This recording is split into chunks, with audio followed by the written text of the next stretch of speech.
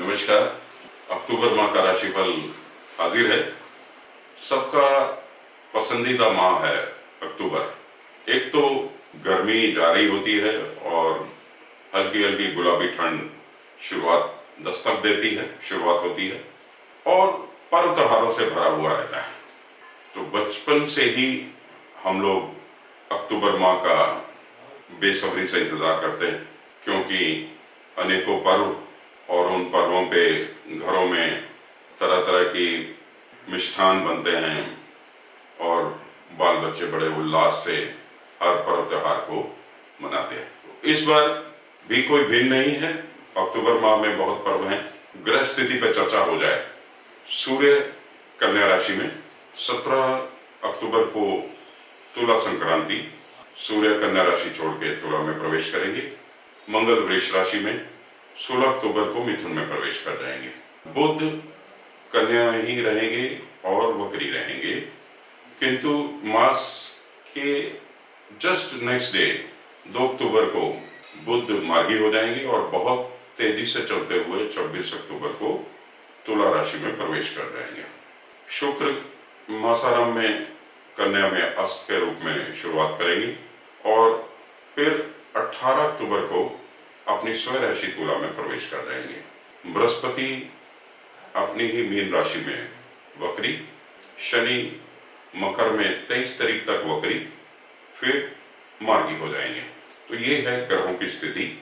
अब हम शनि का देखें कि शनि की साढ़सती धनु, मकर और कुंभ पे जारी रहेगी और त्योहारों का सिलसिला 2 अक्टूबर से ही शुरू हो जाएगा। 2 अक्टूबर को महात्मा गांधी जयंती, स्वर्गीय लाल बहादुर शास्त्री जिन्होंने जय जवान जय किसान का नारा दिया, उनकी भी जयंती पड़ती है 2 अक्टूबर को। 3 तारीख को सरस्वती पूजा, 3 ही को दुर्गाष्टमी पड़ जाएगी और 4 अक्टूबर को महानवमी, नवरात्रि समाप्त हो जाएंगे और 5 अक्टूबर को दशहरा। दशहरा अपने आप में एक अभुज मुहूर्त है। बिना किसी मुहूर्त पे कोई भी अच्छा शुभ कार्य किया जा सकता है, जैसे कि दुकान खोलना, कोई कार्यारंभ या किसी और इससे संबंधित विषयों के लिए बहुत ही अच्छा मुहूर्त है। गृहारंभ करना, कुछ भी इस तरीके के कार्यों के लिए बहुत ही अच्छा उत्तम मुहूर्त में गिनती होता है दशहरा। फिर 9 अक्टूबर को शरद पूर्णिमा, इसी दिन वाल्मीकि जयंती भी पड़ेगी।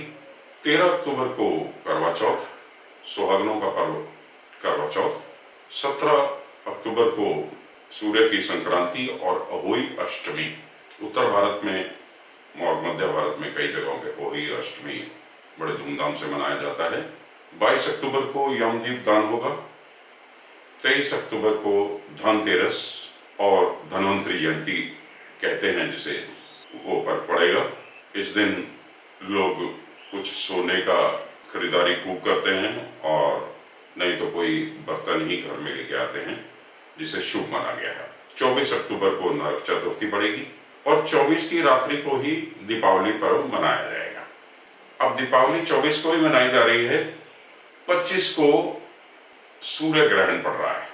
सूर्य ग्रहण के चलते सूतकाल भी लगेगा, तो इसलिए सूर्य ग्रहण इस बार पूरे हिंदुस्तान में देखा जाएगा। उत्तर पूर्व के क्षेत्रों में इसका इफेक्ट ज्यादा रहेगा, वहां दिखाई देगा। भौमवती अमावस्या के दिन इस बार सूर्य ग्रहण पड़ रहा है। सूर्य ग्रहण का प्रवेश 14:29 पे होगा, मध्य काल 4:30 और समाप्ति का समय 6:32 होगा। सूर्य ग्रहण में स्नान, दान, अनुष्ठान, अपने देवताओं का पूजन, ये सब श्रेष्ठ माना गया है।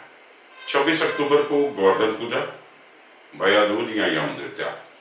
30 अक्टूबर को छठ पूजा, बिहार का और पूर्व भारत का बहुत ही पवित्र और बड़ा पर्व।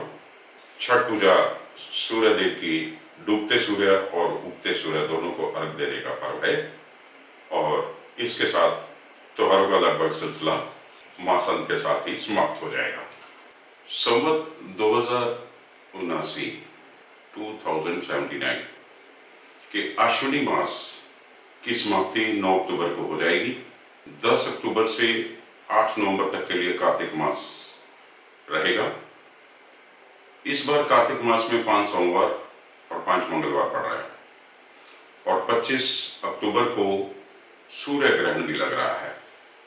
तो ये मिला जुला के कोई अच्छे संकेत नहीं है।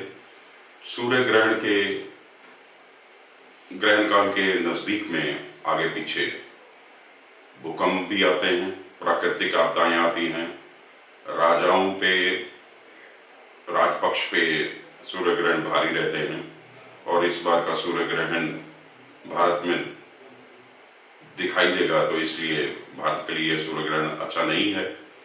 किसी बड़े राजनेता का जीवन सफर भी समाप्त हो सकता है, महंगाई बढ़ेगी, जनता में संतोष होगा।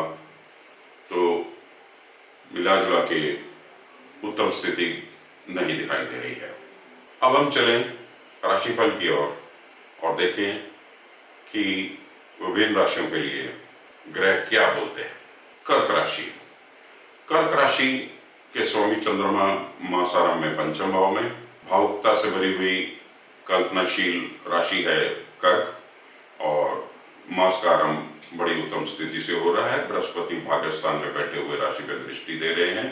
तीसरे घर में सूर्य विराजमान है, काफी अच्छे रिजल्ट की प्राप्ति होती दिखाई दे रही है। आय स्थान में मंगल बैठे हुए हैं, तो कर्क राशि के लिए मंगल योग कारक ग्रह हैं, तो मंगल भी अच्छे फल देते हुए दिखाई दे रहे हैं।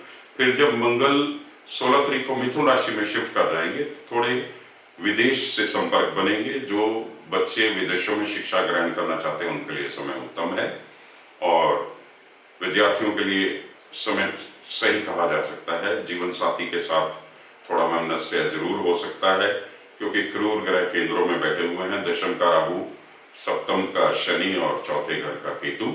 हाँ, नेता लोग के लिए समय बहुत उत्तम है। राजनीति से जुड़े लोग के लिए बहुत ही उत्तम फलों की प्राप्ति हो रही है और यश कीर्ति भी बढ़ती हुई दिखाई दे रही है। कर्क राशि मिला जुला के बहुत लाभ स्थिति में है। 7 और 8 तारीख को चंद्र अष्टम की स्थिति बनेगी, तो चंद्रमा जब अष्टम में होंगे तो आपको भी भगवान शिव की शरण में रहना होगा।